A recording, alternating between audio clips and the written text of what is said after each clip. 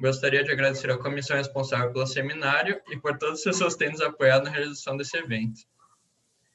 Por fim, agradecemos também ao Colégio Brasileiro de Altos Estudos, vinculados ao Fórum de Ciência e Cultura da UFRJ, pelo amplo apoio na divulgação deste evento. Nessa mesa serão 3 trabalhos. Vai ter a apresentação do João Paulo, primeiramente, depois da Jéssica e da Andréia. Todos os temas eles serão sobre a política de transferência de renda em Maricá, especificamente a renda básica, a cidadania e a moeda Mumbuca. E é mais ou menos isso.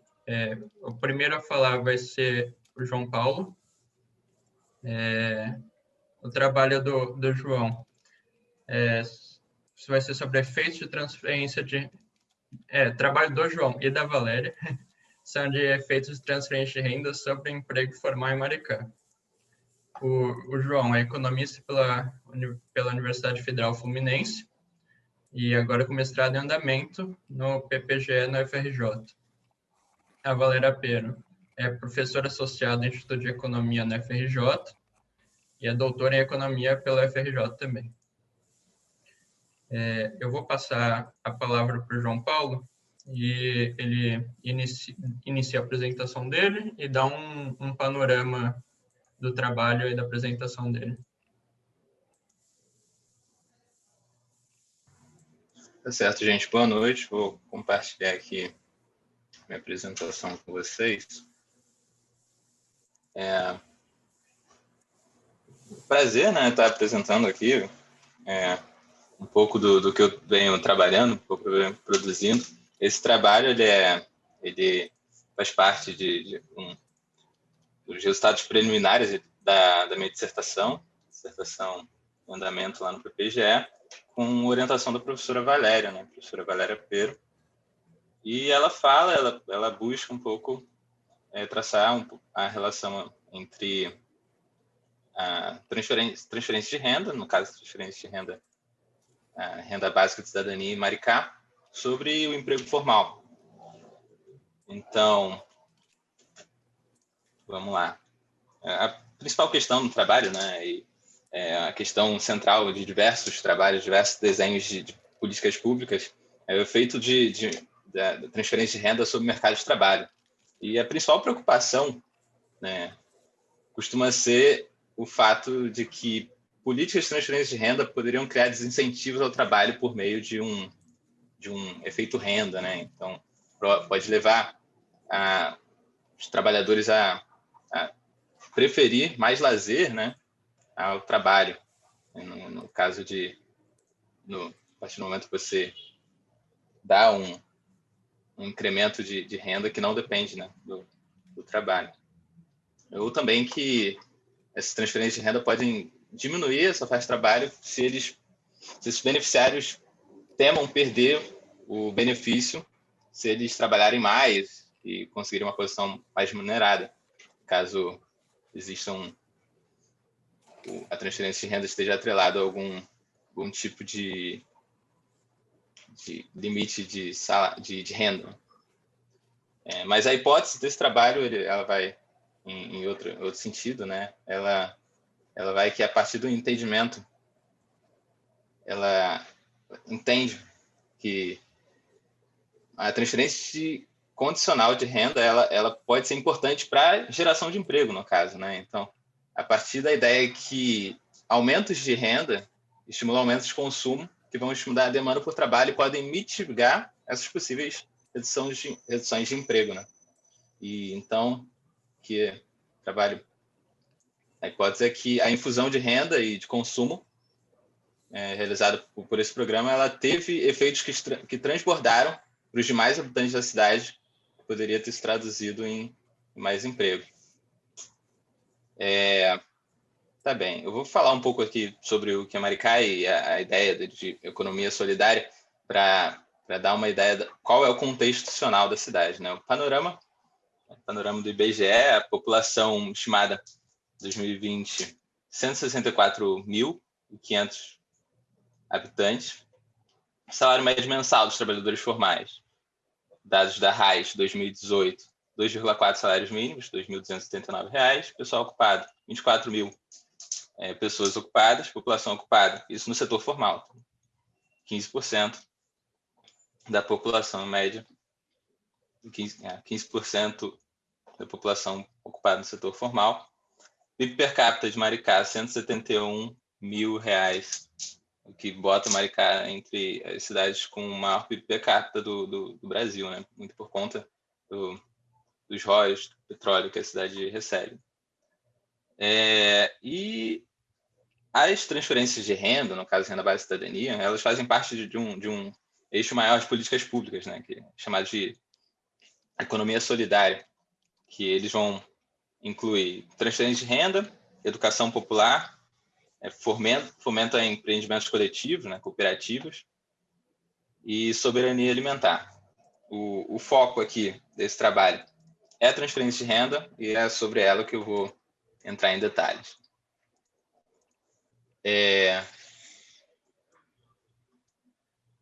Em junho de 2013, é lançado o Banco Mumbuca, um banco comunitário Maricá, e a moeda digital no qual são feitos todos os pagamentos das transferências de renda Maricá.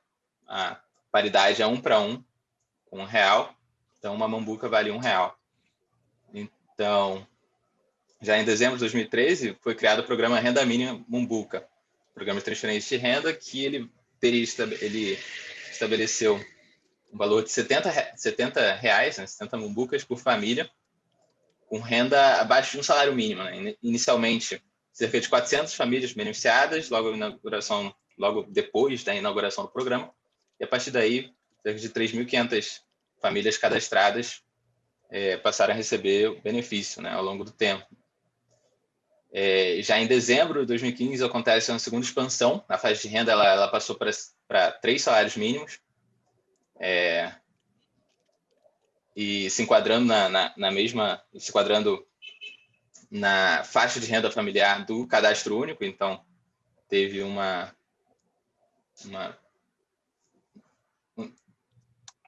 equiparação, né, com o cadastro único, e foi também criado mais 2 programas, o Renda Mínima Jovem Solidário e Renda Mínima Gestante, que incluíam outros grupos de pessoas também.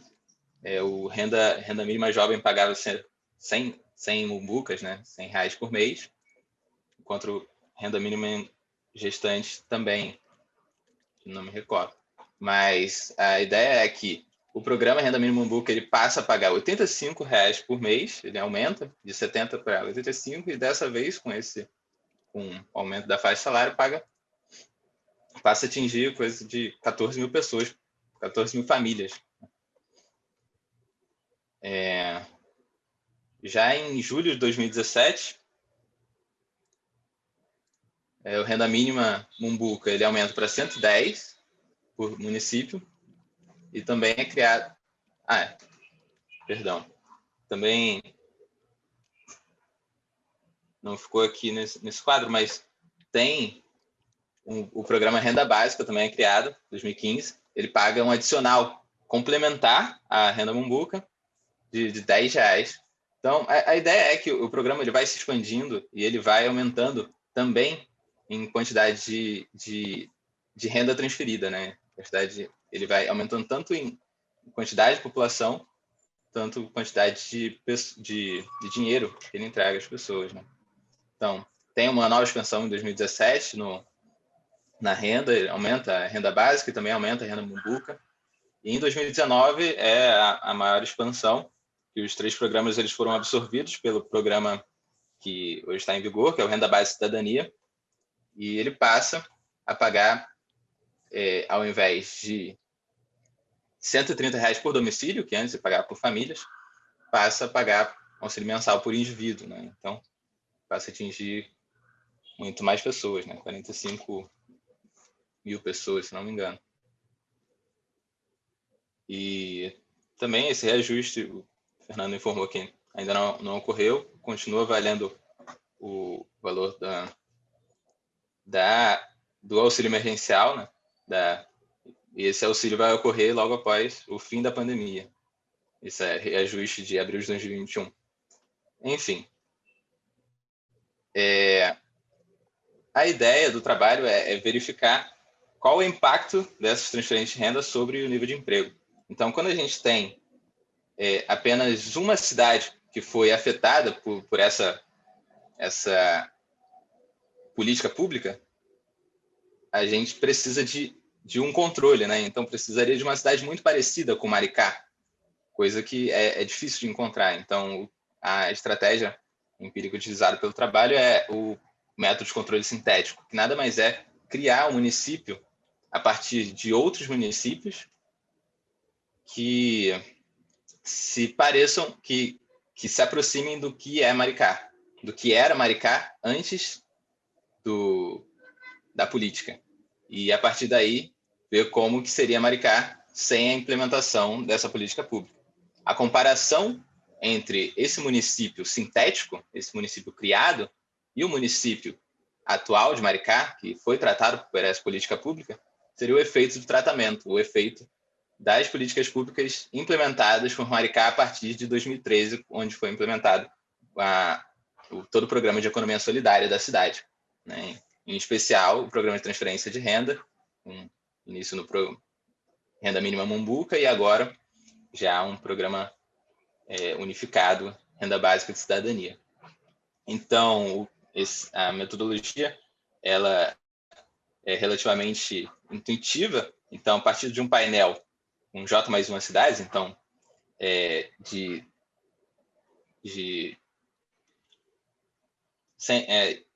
você assume que a primeira cidade é a cidade tratada, né? No caso, Maricá, cidade número 1, essa cidade tratada. E as cidades de 2 em diante vão constituir um painel de conjunto de doadores. Então, são as cidades as quais eu vou comparar Maricá com. E para cada unidade, no período de tempo, você vai ter um resultado potencial sem intervenção.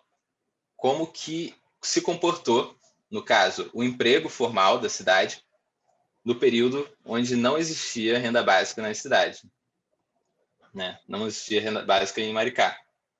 E para cada unidade de intervenção, o período pós-intervenção vai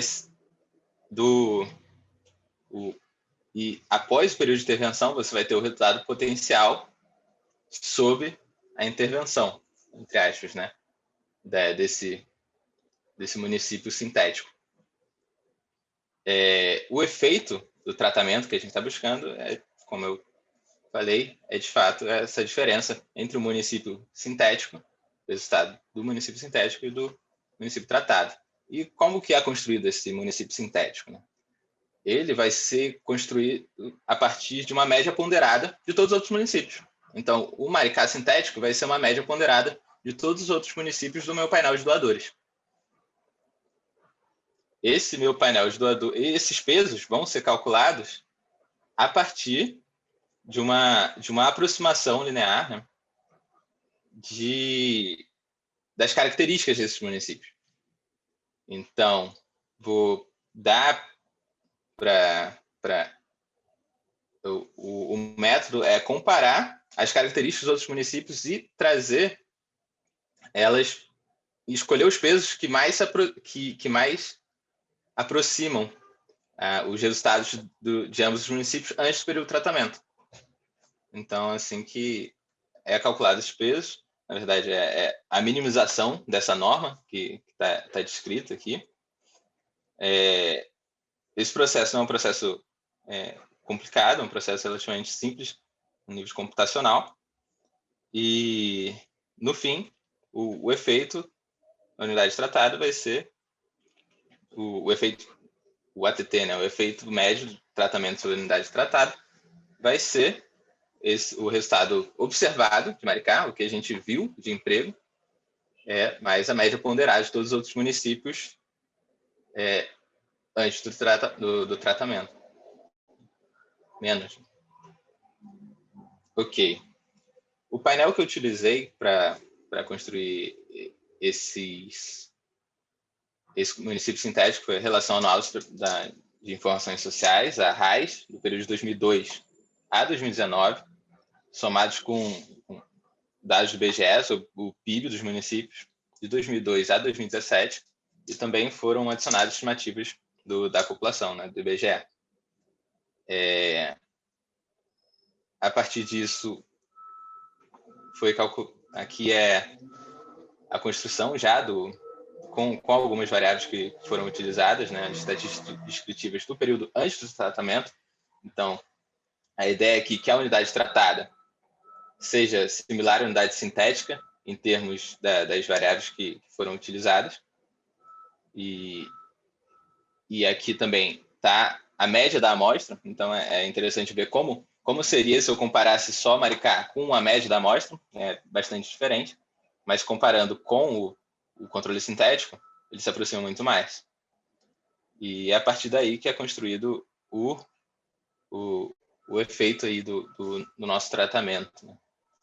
A linha pontilhada é o município sintético estimado, a linha contínua é o que de fato aconteceu com Maricá. E é interessante ver que a partir de 2013, que é quando começa o programa, você observa um pequeno descolamento, mas é a partir de 2017, né, que depois de todas as expansões do programa, que de fato você observa uma diferença do que Maricá teria sido sem o tratamento para o que de fato aconteceu com o emprego formal em Maricá pós-tratamento. E como eu calculo, como eu infiro, né, como eu faço inferência a partir desses dados, como eu sei que isso de fato é significativo, essa diferença, né? Eu primeiro faço o que se chama de efeito placebo, né? Eu calculo, faço a mesma coisa para todos os outros municípios, né? Então, se dando o placebo, ou seja, em 2013, se tivesse ocorrido alguma coisa nesse município, ele também teria que observar, ter um efeito parecido com Maricá, né? Mas como não ocorreu nada nos outros municípios, não uma política similar, não nada, né? Mas uma política similar à renda básica, eu teria que observar nenhuma mudança, né, nos outros municípios sintéticos. É o que acontece para boa parte dos municípios aqui. Eles ficam em torno dessa média, e aqui que esse gráfico mostra a diferença entre o sintético e o tratado para todos os municípios da minha amostra. Então, é como se eu fizesse esse estudo para cada um dos outros municípios, né? E aqui a diferença entre o pré-tratamento e o pós-tratamento de todos os meus municípios, um dividido pelo outro. Então, isso significa que o meu modelo é capaz de prever Maricá bem no período pré-tratamento, antes do tratamento. É isso que eu quero. No período pós-tratamento, ele não consegue prever Maricá bem. Ou seja, ocorreu alguma coisa nesse período que mudou a trajetória do emprego formal em Maricá, que no caso foi a renda básica e cidadania. Nos outros municípios, essa diferença ela é muito pequena, o que mostra que em Maricá ocorreu algo diferente dos outros municípios. Ainda nesse sentido, eu calculei a proporção de mulheres empregadas formalmente. Então, aqui não é a quantidade total de trabalhadores mulheres empregadas, aqui é a proporção de mulheres empregadas, né? Então, 45% em 2013 da mão de obra formal era feminina em Maricá. A partir daí, você observa uma redução da proporção de mão de obra feminina. Isso se dá por um aumento maior da quantidade de homens empregados do que da quantidade de mulheres empregadas. Não que a quantidade de mulheres tenha diminuído no setor formal, muito pelo contrário, elas também aumentaram. Aumentou o número de trabalhadores mulheres, mas, por algum motivo, aumentaram mais o número de trabalhadores homens, o que fez com que a proporção de mulheres empregadas diminuísse. Então, desse mesmo modo, mesmo estudo aqui, e aqui também mostra que Maricá teve um efeito maior que as outras cidades. E, por último, a proporção de trabalhadores não brancos empregados formalmente. Aqui a gente vê que o controle sintético ele prevê o que aconteceria com o município de maneira mais ajustada, né?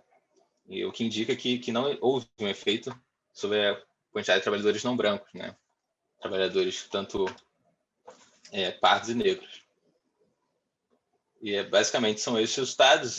Esses foram meus primeiros resultados preliminares. Eu estou partindo agora para aqui o efeito acumulado de todos os anos. E esses são os p-valores calculados a partir de todos os períodos. O que dá para ver que, para mulheres, a proporção de mulheres é significativa e trabalhadores formais também é significativa. A proporção de negros não é significativa a diferença, como a gente pode observar.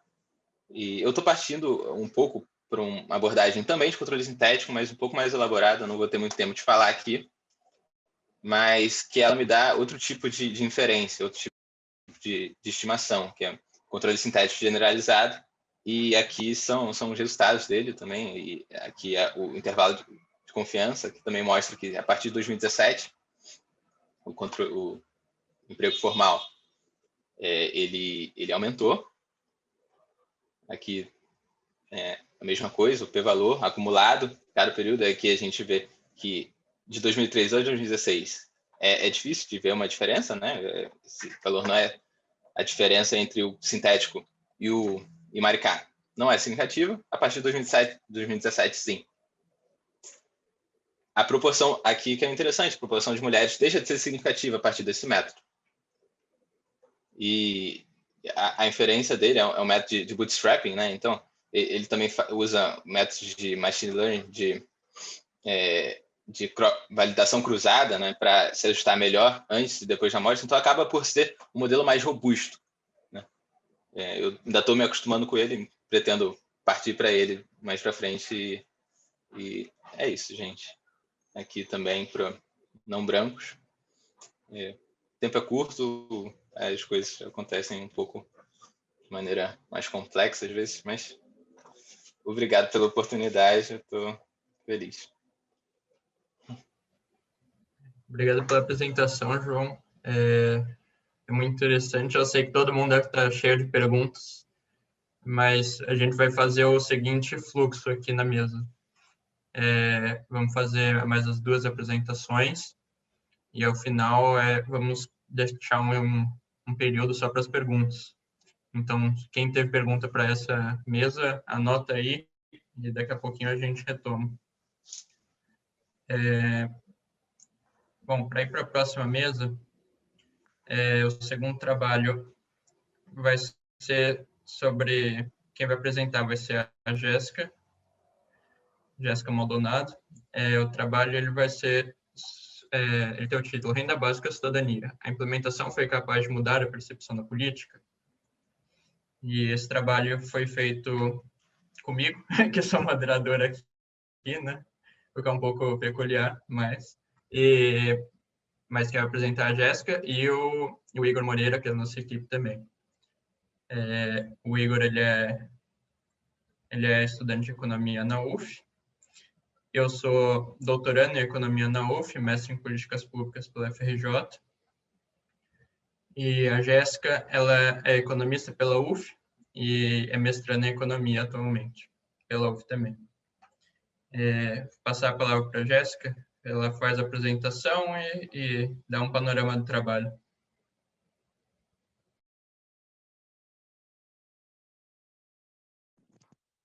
Boa noite, pessoal. Vou começar aqui a apresentação. Só um minuto. Então, como o Fernando falou, o trabalho é feito por mim, por ele e pelo Igor. E a renda básica de cidadania, a gente quer analisar como a implementação afetou a opinião pública do município na mídia e nas redes sociais. O suporte teórico. Políticas de proteção social, elas podem contribuir para o aumento da autoestima, para o aumento do sentimento de reconhecimento positivo por parte do governo e na geração de autonomia.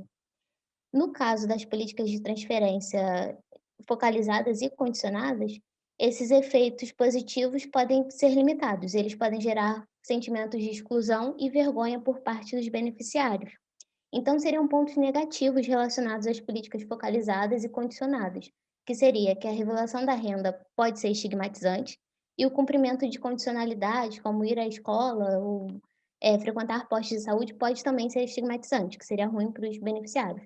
Em contrapartida, políticas focalizadas e condicionadas poderia ser bom para aqueles que estão financiando essas políticas, que são os pagadores de impostos, porque eles podem adotar algumas atitudes que são mais paternalistas do que altruístas, e por isso eles podem exigir que o beneficiário comprove que merece, né, entre aspas, ser coberto pela proteção social. A partir disso, qual era o nosso objetivo? Era conseguir compreender o impacto da renda básica na população beneficiária e não beneficiária do município de Maricá. Mas a gente não queria compreender apenas a percepção, se era positiva ou se era negativa. A gente queria notar se essa percepção ela muda ao longo do tempo, conforme o benefício tem diferentes etapas de implementação ou mudanças no valor. E isso seria importante para compreender se uma política de transferência de renda abrangente, sem condicionalidades, que é a de Maricá, como o João acabou de apresentar, ela é capaz de ter maior aceitação e menor estigmatização após a sua implementação. Então, a gente tinha alguns materiais. A gente tinha bases de dados das redes sociais, que são Facebook, YouTube e Twitter, e entre dezembro de 2019 e dezembro de 2020. Elas foram classificadas através da técnica de valência, que é uma técnica que classifica cada uma delas, cada post ou cada tweet, como favorável, neutro ou contrária, e foi feita através de um algoritmo, mas a gente também utilizou a classificação manual. E a gente tinha relatórios de bases de dados para jornais, tanto de abrangência local, tanto estadual como nacional, que estavam ali entre janeiro de 2017 até dezembro de 2020, também classificados com a técnica de valência como favorável, neutro ou contrária, por codificadores humanos. E a partir disso a gente tinha a classificação de sentimento e queríamos conseguir medir esse sentimento. Então a gente já tinha que era positivo, que era neutro e que era negativo. Mas quão positivo era, quão negativo era. Então a gente associou algumas pontuações a cada uma dessas classificações. Notícias positivas receberam o número 1, neutras o número 0 e negativas o número -1. E a partir disso a gente conseguia calcular a média do mês ou do ano, por exemplo, dos tweets de um mês ou dos tweets de um ano. A gente calculava a média e o que a gente traz hoje são as estatísticas descritivas sobre esses cálculos que a gente fez e um teste de hipótese, testando se nos períodos antes e depois se há diferença significativa no período antes e depois da implementação da política. Então, primeiro a gente tem aqui as mídias tradicionais. O foco vai ser de janeiro de 2019 até dezembro de 2020. Em 2019 foram 130 notícias, 74 foram positivas, 48 neutras, uma ambivalente e 7 negativas. Das negativas, em janeiro e fevereiro, os beneficiários reclamavam do atraso no pagamento do benefício, e em dezembro, beneficiários denunciavam furto nas contas e atraso no pagamento do abono natalino. E aí tem esse gráfico aqui, eu vou colocar o laser, que eu acho que fica melhor. Aqui é a curva de notícias do total de notícias, e seguindo ela, durante o ano, tem a curva de notícias positivas. O pico está aqui em dezembro, com 26 notícias, e em julho a gente tem 23 notícias, onde 16 são positivas. Um exemplo das notícias de julho eram ampliação do cartão Mumbu, que é aprovado pela Câmara, ou o programa é aperfeiçoado através do Renda Básica de Cidadania. E aí a gente pode tentar entender por que esse gráfico estava assim. O que estava acontecendo em Maricá nessa época? Como o João falou, antes de ter o Renda Básica de Cidadania, o benefício que a gente conhece hoje, que é incondicional e é individual, é 130 por pessoa, tinha um benefício de renda mínima, que era 130 por família. O Renda Básica, essa mudança desse benefício para o Renda Básica de Cidadania ocorreu em 25 de maio, onde o benefício de Renda Básica de Cidadania absorve os benefícios de renda mínima que existiam lá. E no dia 7 de agosto, os beneficiários desse antigo benefício de renda básica de renda mínima passam a receber não mais 130 por família, mas 130 por pessoa, ou seja, expande o número de beneficiários. E em dezembro, ocorre um amplo cadastramento e expande mais ainda o número de beneficiários. Então, aqui é a série histórica da média de valência que a gente calculou para cada notícia de cada mês. Em janeiro, a gente pode ver que essa média está negativa, justamente das notícias que eu citei no slide anterior, do atraso no pagamento do benefício. E a maior média para 2019 está aqui, em maio, em 0,83. Então, a gente tem 6 meses acima da média anual, que é 0,51, e a maioria desses meses acima da média anual, eles são depois da mudança, depois de maio. E as notícias de maio, julho e agosto, elas falavam sobre a mudança, e a gente pode perceber que todos têm média alta. Em 2020, foram 350 notícias sobre a renda básica, 227 foram positivas, 124 neutras, uma ambivalente e 6 negativas. Das negativas, em janeiro, beneficiários da renda básica reclamavam do atraso no pagamento, comerciantes relatavam dificuldade de receber o dinheiro de venda. Em maio, isso aqui já está na pandemia, né? Em abril. Em maio, teve a recarga do cartão Mombuca e saque do auxílio emergencial do governo federal, e por isso resultou em aglomerações no centro e uma notícia negativa sobre. Em agosto, relatos de sumiço no saldo do aplicativo.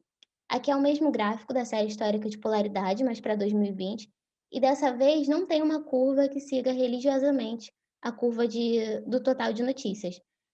Tem meses que as notícias positivas predominam e outros que são as neutras. Em novembro, tem o pico de notícias, 49 notícias, e também o pico de notícias positivas. Então, o que estava acontecendo em Maricá em 2020? Em março de 2020, teve o aumento no valor da renda básica, justamente por causa da pandemia, passou de 130 para 300 mamucas por pessoa, e a medida estava prevista para durar por 3 meses. Mas com a continuidade da pandemia, durou, em junho, foi prorrogado mais uma vez por 3 meses, em setembro novamente. Em novembro, né, teve as eleições municipais, e em dezembro foi prorrogada mais uma vez o benefício ampliado. E aqui é a série histórica da média de valência para 2020. Como a gente pode ver, todas são positivas, e tem aqui 2 uns, ou seja, todas as notícias foram positivas nesses meses, que foram fevereiro e julho. Em fevereiro, é porque a política ela ganha muita visibilidade na mídia, um exemplo é renda básica ganha mais destaque na esfera internacional. E nesse mês a gente tem 8 meses acima da média anual. Em 2019, como eu apresentei no slide anterior, tinha sido 6 meses acima da média anual. Esse gráfico aqui ele ajuda a gente a ter uma ideia da linha do tempo junto com a média de valência. Quando a prefeitura anuncia a ampliação do programa, tem a maior média de 2019, ali em maio de 2019. Depois, com a implementação, a gente tem a terceira maior média de 2019. Em fevereiro, tem a maior média de todas, que é 1, devido ao destaque da política. Com a ampliação da renda básica, em março de 2020, o mês recebe a terceira maior média de 2019. E esses daqui que estão circulados em vermelho e possuem as médias baixas, não é que essas médias estejam baixas porque, como posso dizer? Porque tem muita notícia negativa, mas é porque o volume de notícias neutras é maior do que o volume de notícias positivas. E a gente pontuou as notícias neutras com 0, por isso fez a média cair. E também é interessante notar que logo após a prorrogação do benefício, aqui ó, em junho e em setembro, em julho e outubro, que são os meses que vêm logo depois, as médias são altas. A gente também categorizou as notícias negativas. Foram 2 categorias, crítica política e problemas operacionais. A maioria foram problemas operacionais e só 2 crítica política. A partir de janeiro de 2019, todas as notícias elas relatam problemas operacionais, por exemplo, atraso no pagamento de benefício, ou dificuldade por parte dos comerciantes de receber o dinheiro de venda, ou a questão da aglomeração. E não há notícias negativas entre maio e novembro de 2019, exatamente o período em que é anunciada e implementada a mudança. E as críticas elas ocorreram em 2017 e em 2018, antes da mudança ser anunciada. Então, a gente chega nos dados do Twitter, que são dados de dezembro de 2019 até dezembro de 2020. Em 2020, nesse período, o total de tweets foi 1.957, total de tweets sobre a renda básica. Aqui tem o total de tweets sobre a renda básica por mês. O pico é aqui em outubro e novembro. E, como a gente pode ver, é por causa das eleições municipais. Nessa época, candidatos a prefeituras vizinhas, como São Gonçalo e Rio de Janeiro, prometiam implementar as mesmas medidas de Maricá, e fez com que houvesse um debate bem grande a respeito da política de Maricá na rede. E em julho e em junho também teve essa alta aqui no volume de notícias, porque uma influencer citou a política e no outro jornal O País publicou sobre a matéria. Então, eles receberam muitos tweets de políticos ou de figuras importantes e fez também com que circulasse o debate na rede sobre a política. A gente usou duas metodologias para analisar os dados do Twitter, com o algoritmo e com a classificação manual.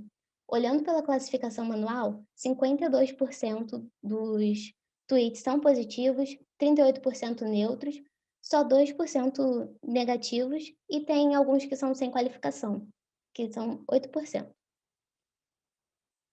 A média de 2020 foi 0,49 e 6 meses ficam acima dessa média, e quase todos, exceto aqui julho, né, pertencem ao primeiro semestre de 2020. E essa média aqui, ela é menor do que para todas as médias anuais dos dados das mídias tradicionais.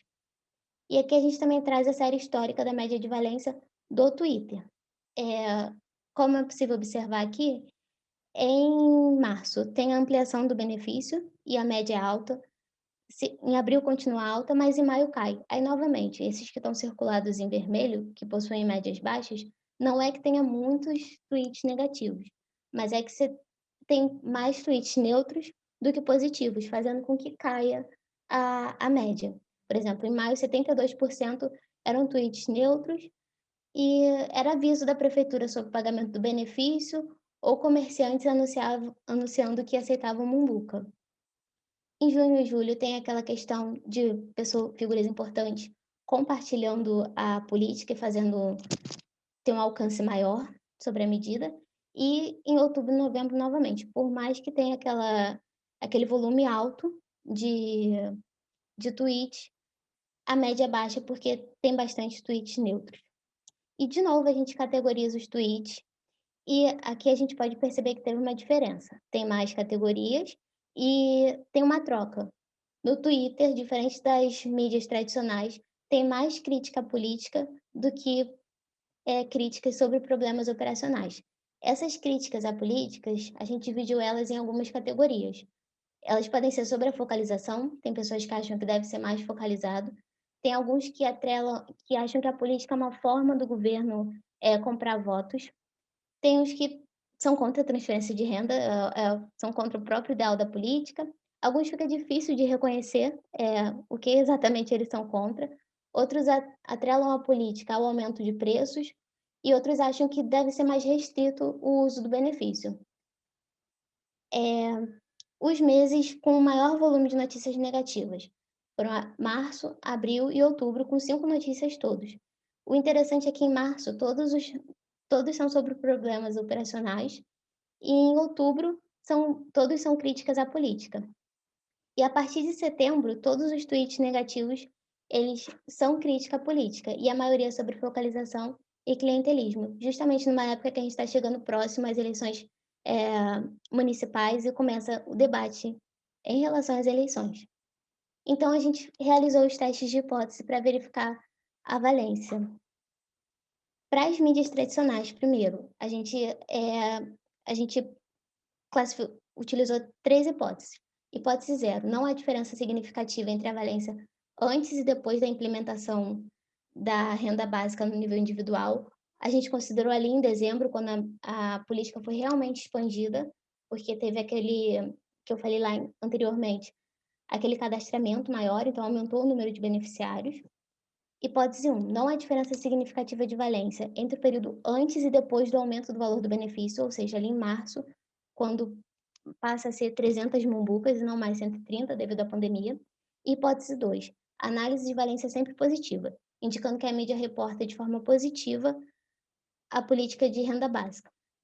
Testando a hipótese 0, a gente aceita por um intervalo de confiança de 95%, ou seja, não há diferença significativa na valência pré-implementação, quando ela é apenas uma política complementar à de renda mínima, e após a implementação, quando ela vira essa política individual e sem condicionalidade. Testando a hipótese 1, a gente rejeita, a gente achou diferença para um intervalo de confiança de 95%. A gente achou diferença significativa na valência antes e depois do aumento do valor, ou seja, quando ele passou a ser 300 mambucas.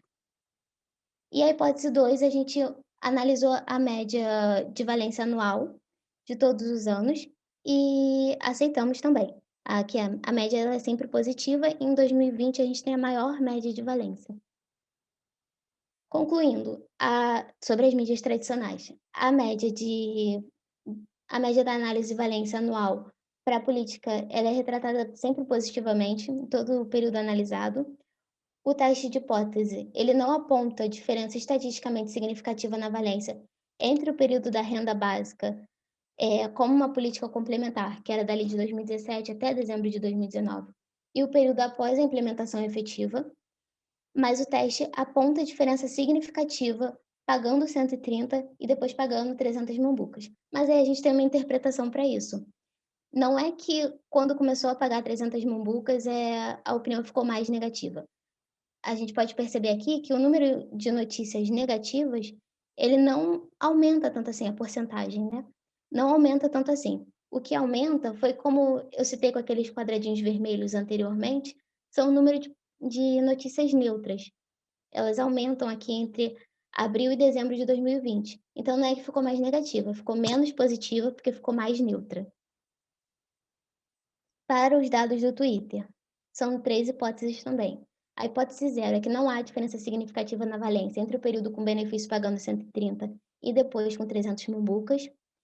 A hipótese 1 é que não há diferença significativa da valência nos tweets entre as duas metades do período analisado. A gente cortou o ano, a gente dividiu o ano pela metade. E a hipótese 2 é que a análise de valência é sempre positiva, indicando tweets positivos sobre a política de renda básica em Maricá. Testando a hipótese 0, a gente aceita e não há, ou seja, não há diferença significativa na valência entre o período pagando 130 e depois pagando 300 mambucas. Isso para o intervalo de confiança de 95%. Testando a hipótese 1, também aceitamos, ou seja, não há diferença significativa da valência entre as duas metades do ano analisado. Isso para os dois tipos de codificação, manual e automático, e pelo algoritmo. E rejeitamos a hipótese 2. Nem sempre é positiva a média de valência. Na codificação manual, a gente tem uma valência negativa aqui em dezembro de 2020, e na codificação pelo algoritmo, temos uma média negativa aqui em dezembro de 2019, julho de 2020 e agosto de 2020. Então, a gente aceita a hipótese 0, aceita a hipótese 1, mas a gente rejeita a hipótese 2, lembrando que a hipótese 0 a gente aceitou aqui, afirmando que não há diferença entre 130 e 300 mambucas, mas no anterior das mídias, dos jornais, né, das mídias tradicionais, a gente rejeitou a diferença lá. Então, concluindo, sobre as mídias tradicionais, na maior parte do tempo, as notícias elas têm um tom positivo e não houve diferença estatística entre a renda básica sendo uma política complementar de renda mínima e depois quando ela vira essa política individual que a gente conhece hoje. Mas em 2020 houve diferença estatisticamente significativa pagando 130, que pareceu ser mais aprovada, do que pagando 300 mambucas. Isso possivelmente devido à porcentagem de notícias neutras informativas. Em relação às redes sociais, no Twitter, há meses com valência positiva e há meses com valência negativa no período analisado, e a gente não acha diferença significativa para a valência pagando 130 ou 300 mambucas e nem diferença significativa na valência entre as duas partes do período analisado. A conclusão geral que a gente chegou é que não é possível afirmar que a renda básica ela foi capaz de alterar a opinião reportada pela mídia, que parece ser sempre positiva, e nem a opinião reportada pelos usuários do Twitter, que na maior parte do tempo é positiva, mas em alguns meses é negativa. Mas a gente notou que quando mudou o valor, parece que ela altera, né? Tem uma diferença significativa, estatisticamente significativa na valência, isso para os dados da mídia, do Twitter não. É isso, aqui tem o nosso contato e também o site, se vocês quiserem acessar, que é o QR Code para o site. Só agradecer esse trabalho, a apresentação da Jéssica também, e o trabalho do IESP, do Manchetômetro, que possibilitou essa coleta de dados aqui, e que permitiu a análise que se desenvolveu aqui sobre a política. E a mudança de percepção que ocorreu. Agora, obrigado, Jéssica. Acho que pode tirar a apresentação. O próximo trabalho o próximo trabalho é o último. Quem vai apresentar é a Andrea Gama. O título é o Banco Mumbuca e a circulação da moeda social Mumbuca em Maricá. O trabalho é da Andrea Gama, junto com a Roberta Costa e o Rodrigo Carvalho. A Andrea é economista pela UF e mestrando em economia também na UF. A Roberta é doutoranda em economia pela UF e mestre pela mesma universidade. O Rodrigo é graduando em economia na UF. Passar a palavra para a Andrea, ela inicia a apresentação, dá um panorama. E as perguntas, conforme eu já tinha falado, a gente vai mandando aqui no chat, que ajuda a gente a organizar, e fica para depois da pergunta, depois da apresentação da Andrea. Obrigado. Oi, boa noite, gente. Deixa eu projetar aqui a minha tela.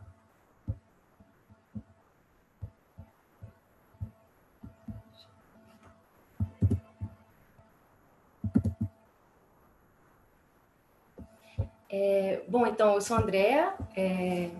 Esse trabalho que eu vou apresentar hoje, ele está sendo feito em coautoria com a Roberta Costa e o Rodrigo. O Banco Mumbuca e a circulação da moeda social Mumbuca de Maricá. Esse trabalho está dentro da pesquisa da avaliação de renda básica de Maricá, que é uma parceria entre a UF e o JFI. E eu queria também agradecer ao Banco Mumbuca pelos dados que eles forneceram e pela disponibilidade em tirar nossas dúvidas.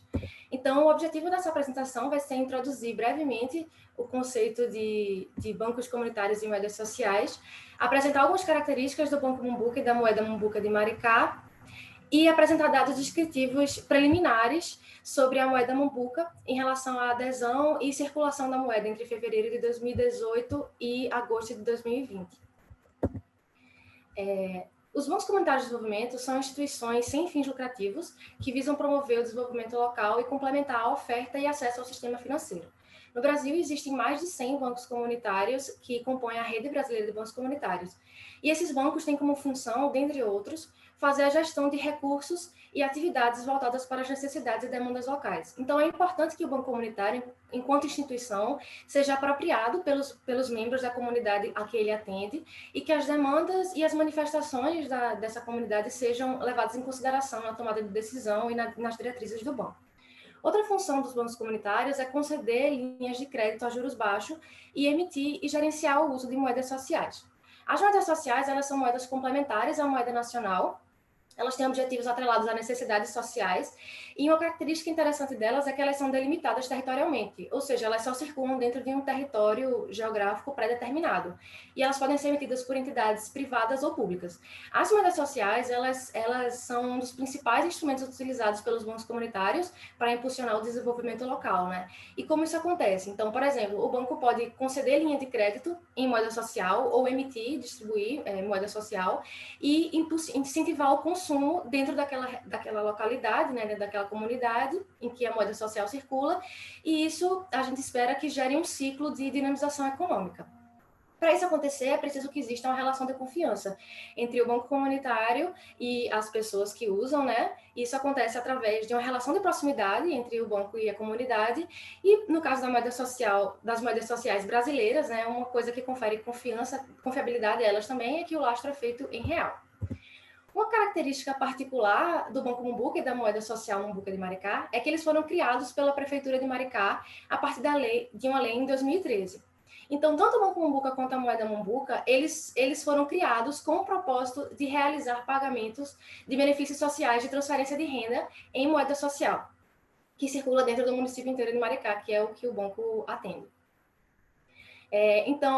A Maricá é uma cidade que recebe royalties de petróleo. Então, em 2013, a prefeitura decidiu instituir uma política de transferência de renda, e para garantir que esse recurso circulasse dentro da cidade de Maricá e que dinamizasse a economia de Maricá, a prefeitura resolveu usar como instrumento de política pública o banco comunitário e a moeda social. Outra característica da Mumbuca enquanto moeda social é que ela já nasceu digital, né? Ela já nasceu sendo usada pelo cartão magnético, que é o cartão Mumbuca, e enquanto que outras moedas sociais brasileiras nasceram também no formato físico.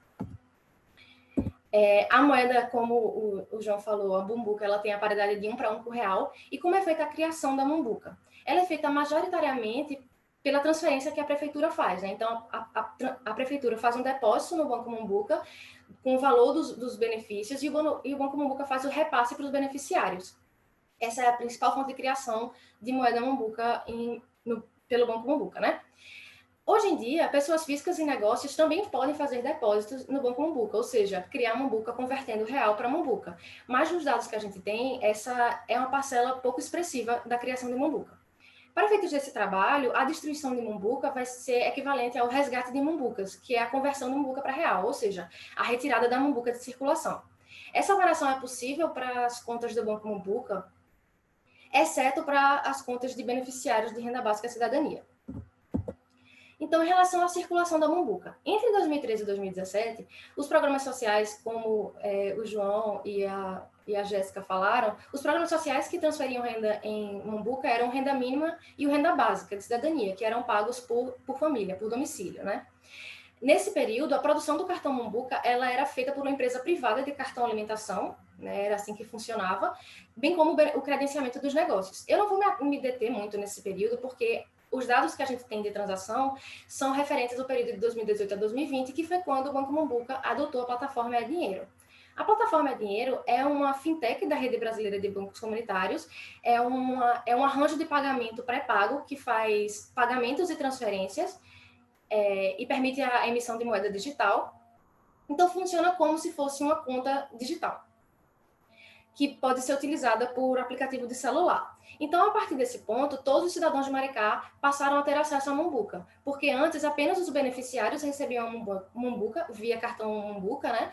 E agora, qualquer cidadão de Maricá pode se cadastrar no Banco Mumbuca, só precisa apresentar o RG, CPF e comprovante de residência, e pode transacionar a partir do aplicativo. Os beneficiários ainda recebem o cartão Mumbuca, os beneficiários da RBC.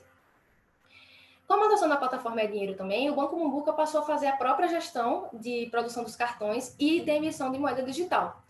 Assim, o credenciamento dos negócios ficou menos burocrático.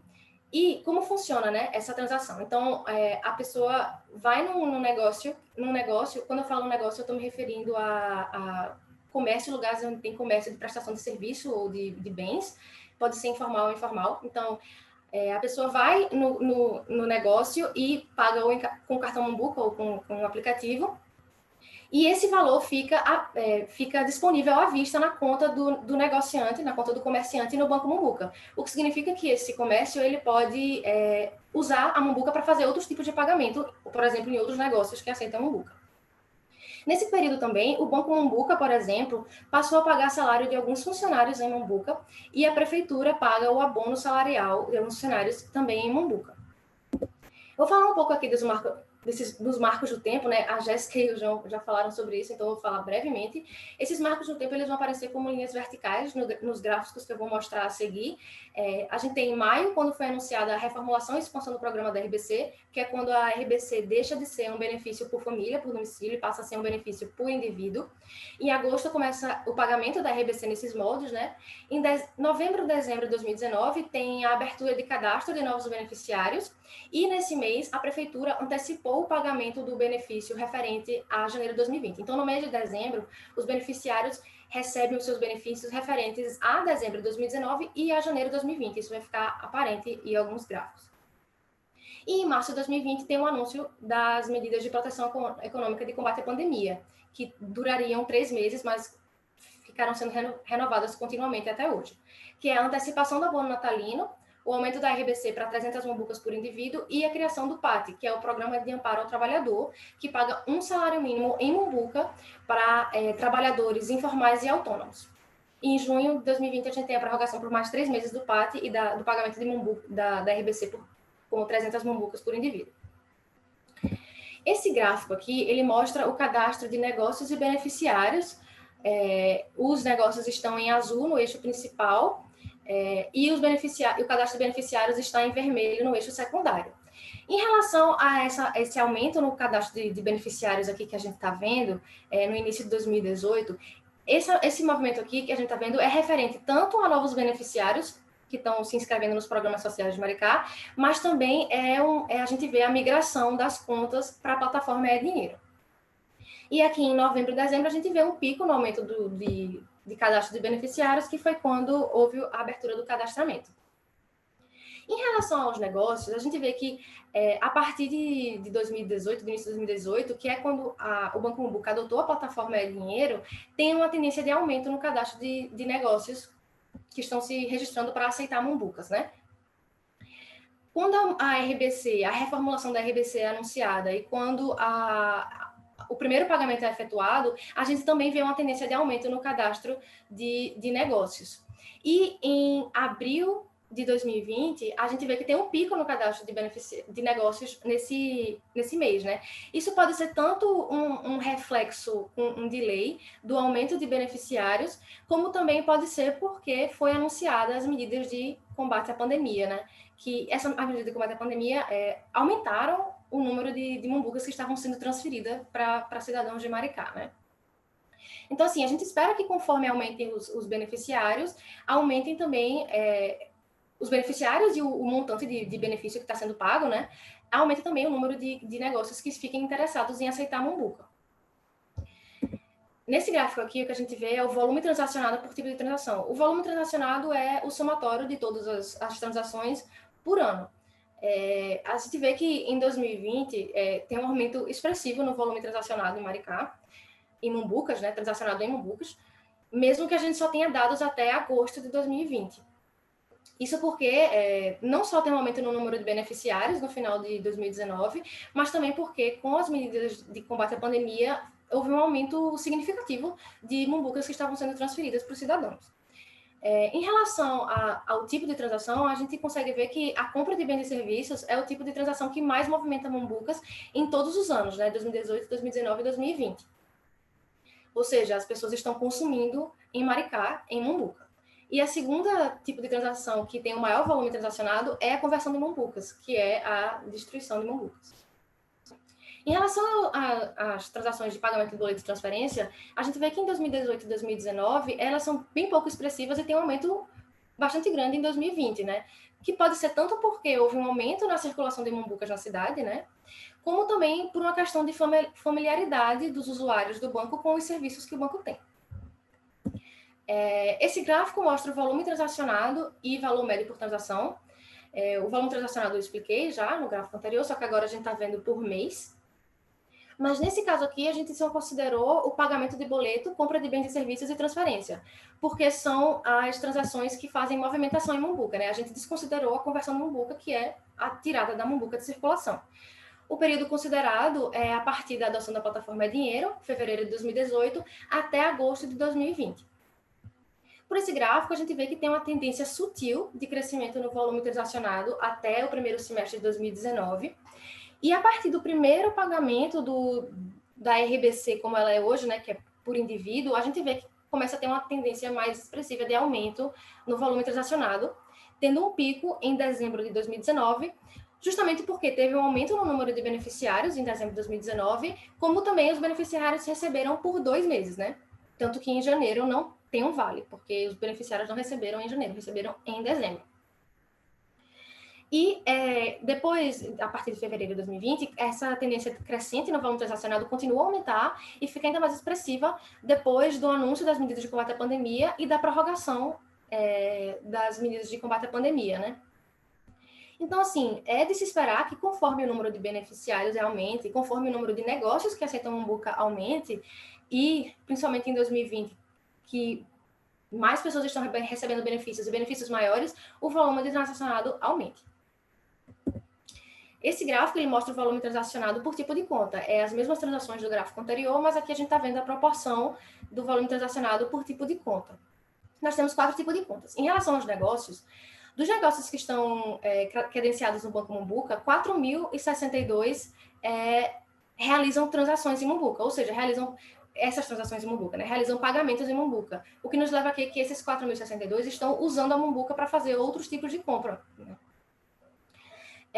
E tem os beneficiários do PAT, que começa a partir de abril de 2020, quando é feito o primeiro pagamento, e beneficiários do RBC e não beneficiários. Os não beneficiários são referentes aos correntistas regulares, digamos assim, e são as pessoas que recebem os salários e os benefícios de abono salarial. A gente vê por esse gráfico, é bastante evidente de que o volume transacional, total volume transacionado, a grande maior parte é feita pelos beneficiários da RBC, que estão em vermelho.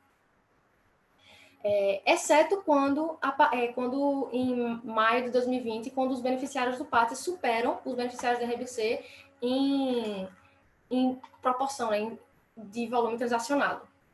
Isso pode ser porque os beneficiários do PAT têm um benefício maior, né, que é um salário mínimo, enquanto que os beneficiários da RBC, nesse período aqui, estão recebendo 300 Mombucas por indivíduo.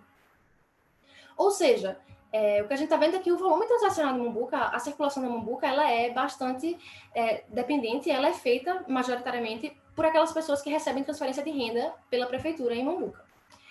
A gente vê que a partir de abril de 2020 também tem uma tendência de aumento na participação dos negócios no volume total transacionado. Isso pode ser tanto porque aumenta o número de negócios, tanto como porque aumenta o volume que os negócios estão recebendo, né? Porque tem mais, a gente sabe que tem mais Mombuca circulando nesse período aqui, porque a gente já viu esse dado anteriormente. Em relação aos não beneficiários, a participação é pouco expressiva no total do volume transacionado ao longo desse período, principalmente a partir de 2020. Agora, esse gráfico aqui, ele é um gráfico de proporção de conversão de Mombuca.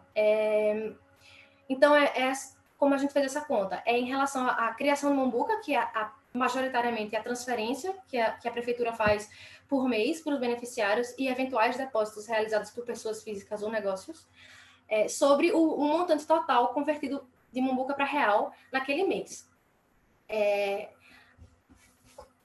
Como eu falei, os beneficiários da RBC, eles não podem fazer a conversão de Mombuca para real. E como a gente já viu no gráfico anterior que eles são os maiores responsáveis pela movimentação de Mombuca, é de se esperar que a média do período seja baixa, né? 36%. Ainda assim, a gente consegue identificar pelos dados que, por exemplo, os beneficiários do PAT, que recebem transferência de renda da prefeitura e que eles têm a opção de converter para real, os beneficiários do PAT, eles podem converter seus benefícios para real.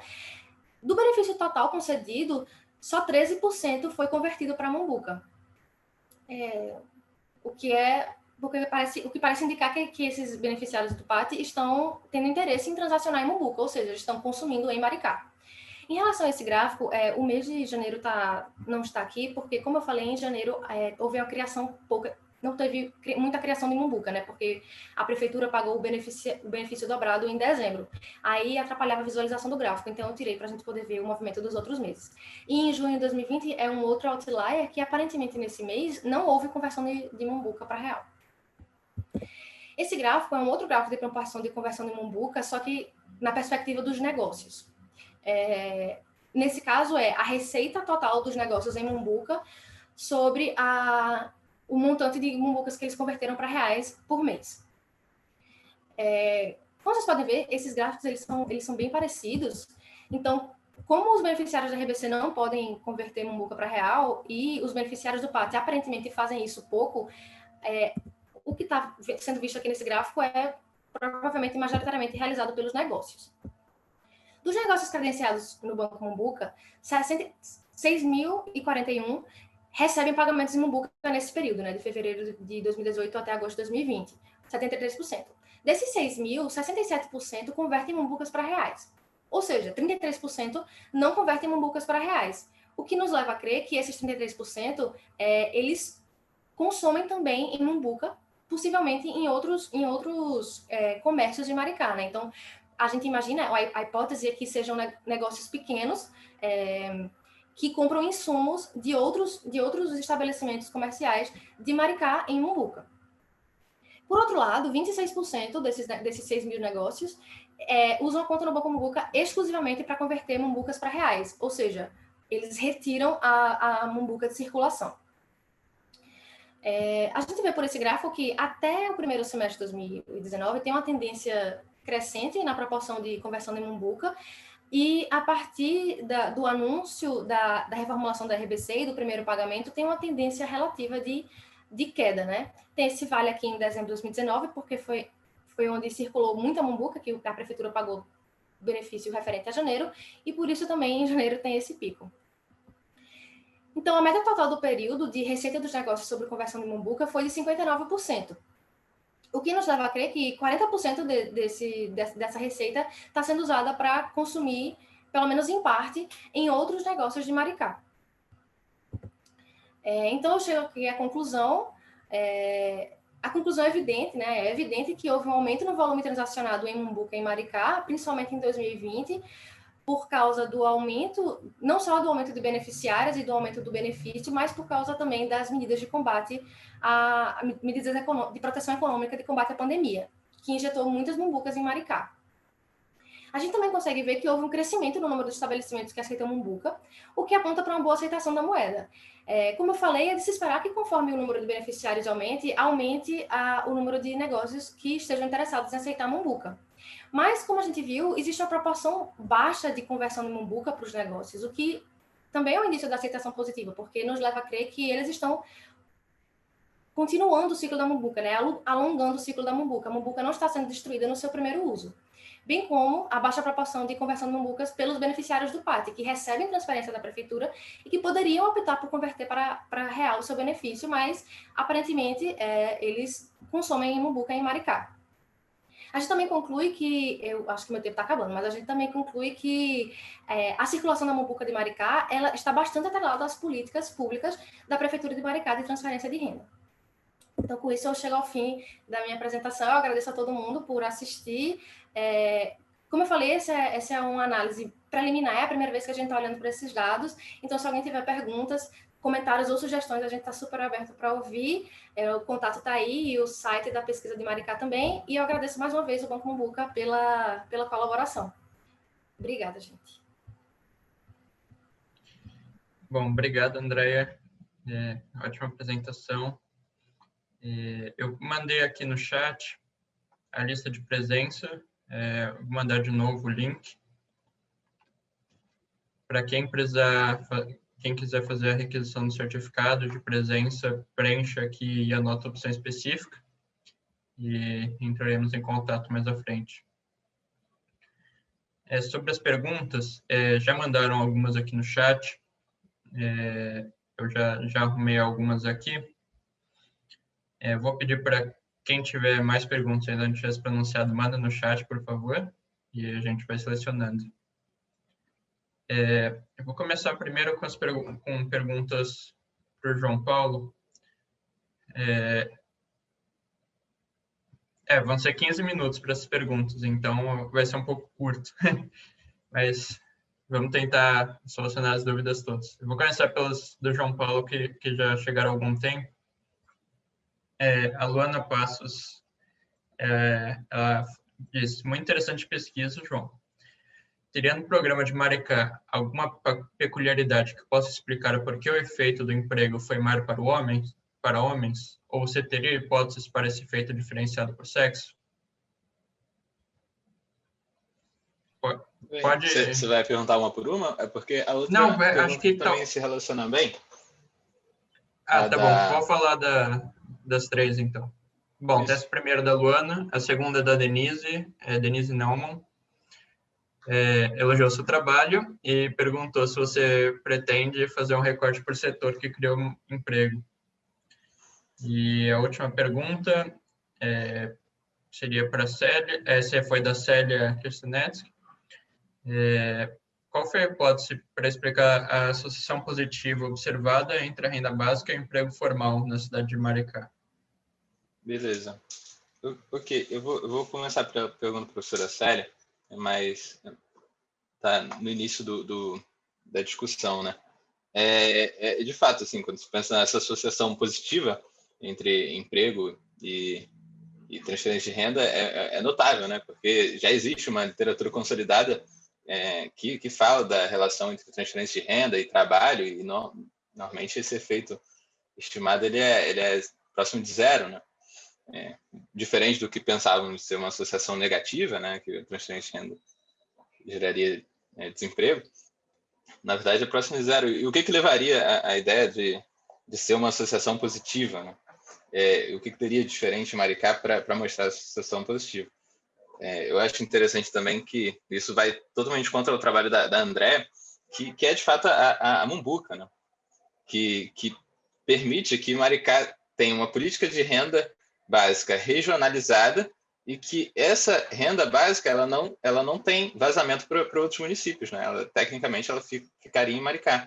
Então, eu imagino que isso, a hipótese, no caso, que o dinheiro adicional ele tem transbordamento, né, de regiões mais pobres e que pode aumentar a renda e gerar aumento nas vendas das empresas locais. Então, basicamente, esse foi o efeito que eu imagino que possa levar a um aumento de consumo e um transbordamento, uma coisa mais próximo de um multiplicador, né, e gerando um efeito indireto para todas as outras pessoas do município.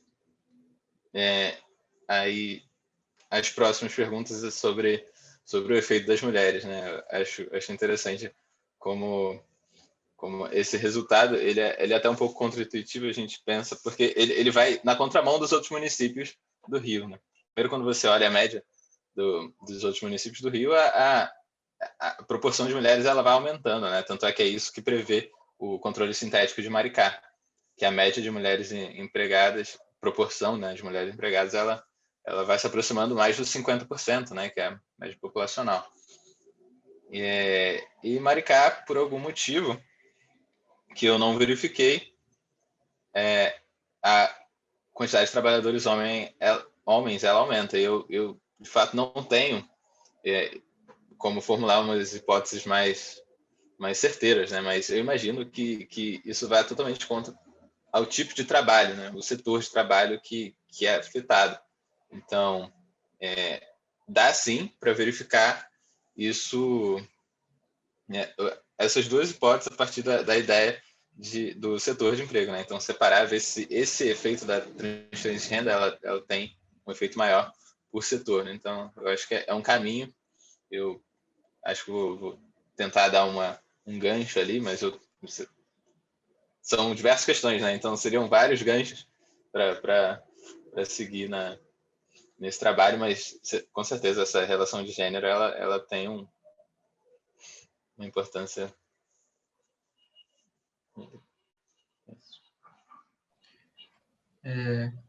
Bom, obrigado, João. Eu vou, como o tempo está um pouco curto, eu vou pedir para quem tenha pergunta para o João, para o João talvez coloque o e-mail no chat para deixar disponível, né? Beleza. E para entrar em contato, caso queira conversar mais sobre o trabalho também. Agora, para o segundo trabalho da Jéssica, bom, primeiro eu vou fazer as perguntas agregadas que chegaram, né? Bom, a primeira foi do Paulo Alexandrino. sobre qual foi o algoritmo utilizado para classificar os tweets. E se você poderia comentar um pouquinho sobre esse ponto. A Roberta, ela perguntou por que vocês focaram a análise do Twitter e não outras mídias sociais. A Ariana perguntou, será que esses beneficiários eles não estão subrepresentados na amostra porque eles poderiam estar fora das mídias sociais? Ou seja, em que medida que produz comentários positivos ou negativos reflete os beneficiários do programa efetivamente, né? E uma pergunta que eu vou colocar aqui minha mesmo, né? Das diferenças de conteúdo registradas nas críticas entre as mídias tradicionais e mídias sociais. Se você tem algo a comentar sobre isso. Eu vou responder primeiro a do Paulo, porque eu acho que as outras 3 eu consigo responder porque elas se comunicam juntas. Sobre a do Paulo, a gente usou o algoritmo Newwin, e aí ele retornava pra gente, várias planilhas, né, de cada mês, e com texto, com tweet, com link para o tweet e com tema-chave ou a palavra-chave daquele tweet. Entre outras coisas, por exemplo, curtidas, ou RT, no caso do Twitter, porque não foi só Twitter, né, teve Facebook e YouTube também. Então, é um algoritmo bem legal, que retornava bastante coisa. E sobre as outras perguntas, eu acho que o Fernando escreveu o nome desse algoritmo aqui no chat, né, porque eu não sei se eu falei certinho, mas ele escreveu aqui também. E sobre as outras perguntas, primeiro da Roberta e da Ariana, a gente não usou os dados do Facebook, porque os dados do Facebook, eles eram muito maiores do que os do Twitter, não daria tempo até a apresentação aqui do SED até hoje. Mas o nosso plano é realmente analisar esses dados do Facebook, porque eles parecem ter, por serem muito maiores, os comentários nos posts do Facebook, eles são autodeclaratórios, assim como no caso dos tweets. E parece que tem mais expressão de opiniões ali em relação às notícias. Então tem, sei lá, um post da prefeitura e ali tem vários comentários. Ou, tanto sobre problemas operacionais, que foi uma categoria aqui que a gente trouxe, por exemplo, não recebi o benefício desse mês, como sobre críticas diretamente à política. Então, eu acho que analisar esses dados vai ser bem bacana. E a pergunta da Ariana se comunica um pouquinho com a do Fernando, porque, como a gente observou, no caso do Twitter e das mídias tradicionais, que são os jornais, as no a opinião ela muda, né, as críticas mudam. Nas mídias, tradicionais, as principais reclamações são sobre problemas operacionais, e no Twitter são críticas diretas à política.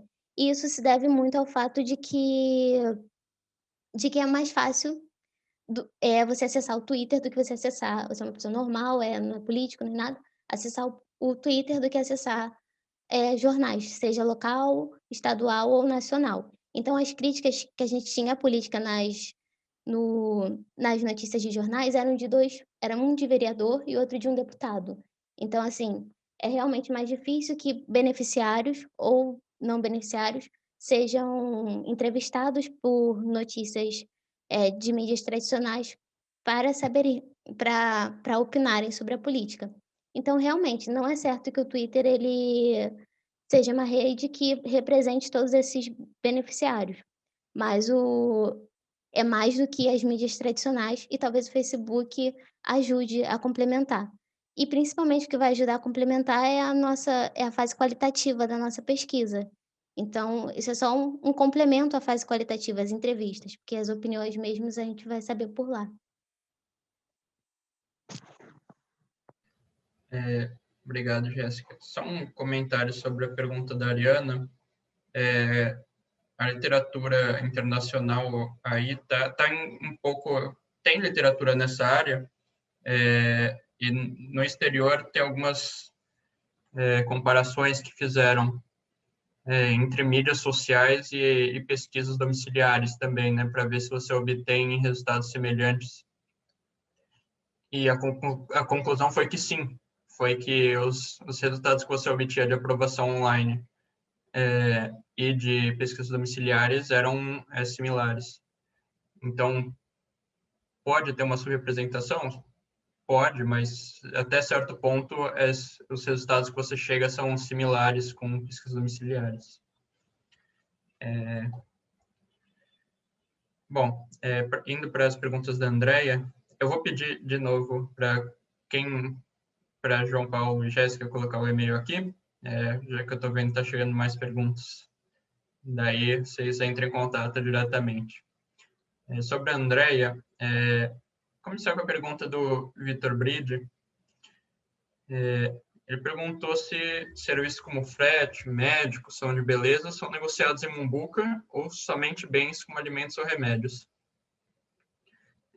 Há coleta de impostos sobre transações realizadas em Mumbuca? E se há alguma análise sobre a evolução dos preços em Maricá, em relação a outros municípios desde a introdução do moeda social. E uma pergunta adicional é se as transações em Mumbuca podem influenciar de alguma forma a dinâmica de preços de Maricá. Uma outra pergunta que chegou da Larissa foi mais pontual, sobre os dados do Banco Mumbuca e perguntando sobre a disponibilidade deles, né? Se só estariam disponíveis a partir da adoção da plataforma e-dinheiro. Obrigada pelas perguntas, Larissa, Fábio e Vitor. Eu vou começar respondendo a Larissa porque é muito rápido. Sim, a gente só tem os dados a partir da adoção da plataforma e-dinheiro. Sim.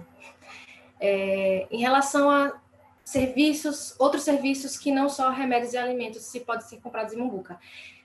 No início, naquele período de 2013 a 2017, os negócios que eram incentivados a se credenciar eram os negócios referentes à alimentação e remédio.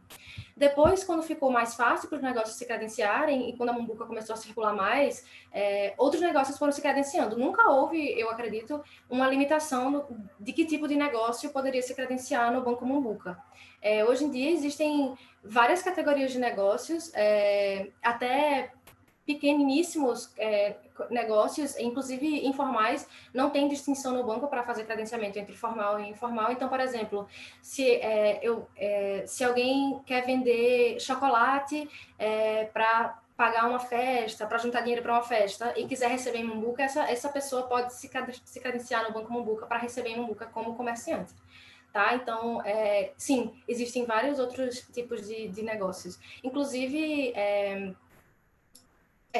existem.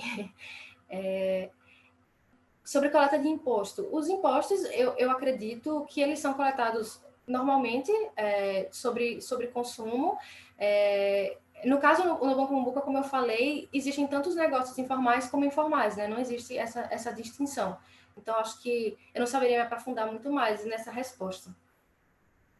E em relação à evolução, alguma análise sobre a evolução dos preços, talvez a pesquisa de Maricá, né, a pesquisa de avaliação de renda básica de Maricá, tem interesse em investigar isso, se alguma outra pessoa quiser responder melhor essa pergunta, mas a gente ainda não tem nenhum dado, mas a gente tem interesse em observar isso. O que eu posso dizer do que eu vi, por exemplo, em notícia de Maricá, é que, por exemplo, durante a pandemia, saíram anúncios da prefeitura de que negócios que descumprissem regras e cobrassem preços absurdos, eles seriam penalizados. Então, pelo menos nesse período, saiu esse anúncio da prefeitura, né? Isso. Só complementar o que a Andrea falou, essa questão dos preços é uma questão que sempre surge, muita gente pergunta, e é uma preocupação real, claro. A gente tem interesse em estudar, a gente tem um plano para estudar isso, só que a gente ainda não conseguiu implementar ele. Mas a gente espera que daqui, enfim, talvez ano que vem, a gente tenha alguns resultados para apresentar sobre isso. E sobre essa questão de influenciar a dinâmica dos preços, foi o que a Andrea falou. A gente tem algumas histórias anedóticas de que alguns comércios aumentavam o preço, por exemplo, assim que sai o benefício. Eles sabem que o benefício é pago no terceiro dia do mês, então às vezes eles aumentavam. Mas, enfim, isso de novo, a gente não tem evidências disso de forma que a gente possa analisar mais profundamente. A gente só, por enquanto, ouviu algumas histórias em relação a isso. E, enfim, a gente também espera poder coletar mais informações sobre isso no futuro. Bom. Em relação a isso, a própria Jéssica comentou na apresentação dela, né, que alguns tweets negativos ou notícias negativas eram em relação a isso, mas a gente não tem nenhum dado concreto. Bom, obrigado, André Roberto. Bom, deu o nosso horário aqui. Eu só queria dizer, amanhã nós temos a mesa Capitalismo e Desigualdade, às 11 horas, nesse mesmo link. E na sexta-feira teremos a presença do Mike Savage, da London School of Economics, com a palestra The Return of Inequalities. Vai ser às 11 horas também nesse link. Eu mandei aqui no chat também o link das mesas, o link da programação dos próximos dias. E eu também tinha mandado a lista de presença aqui para vocês preencherem. Então, é isso. Muito obrigado, João, Jéssica, André, pela apresentação. E obrigado a todo mundo pela presença.